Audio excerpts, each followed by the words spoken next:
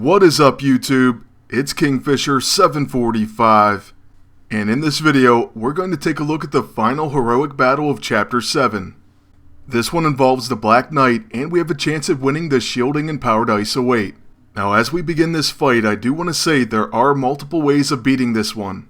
First, there are variations in which E-ISO you may choose. First of all, you could use Soothing or Sympathetic, or even both.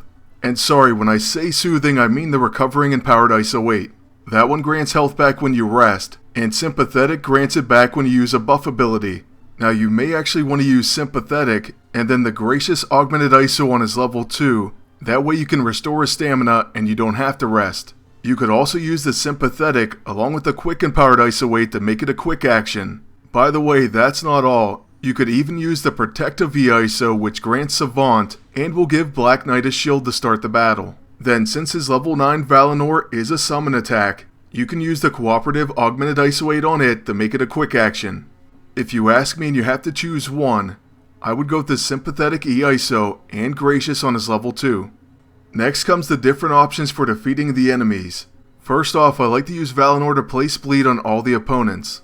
Then after this, there are a ton of different ways you can go about this battle. You can try to go the defensive route and rely on counterattacks. Personally, I've only tried to take out all the opponents as fast as I can, and I've done this in one of three ways. First, an all-out blitz on Sebastion Shaw. You basically want to hit him with your Ebony Blade, and then start using your level 6. It can do a ton of damage once you have enough bleeds on him.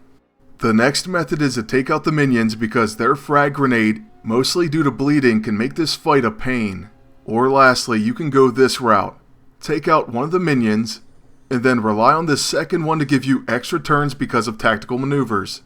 Meanwhile, I go for Sebastion Shaw second. Once you get him set up with a max number of bleed stacks, you'll want to pull out his level 1 Ebony Blade. Then you can go ahead and try to hammer it home with your level 6 Cursed Blade. Now I'm going to be honest with you, this fight can rely on procs, especially if you don't have a max level Black Knight. One of the main problems with this fight is when Sebastion Shaw attacks you, he doesn't spend all his energy reserves. Truthfully, I think this is something that will be fixed in the near future. Until then, we kind of have to do our best and make do with what we have. So at this point in the fight, you should have a lot of bleeds on both of the enemies, and then you're going to see a lot of Ebony Blade attacks.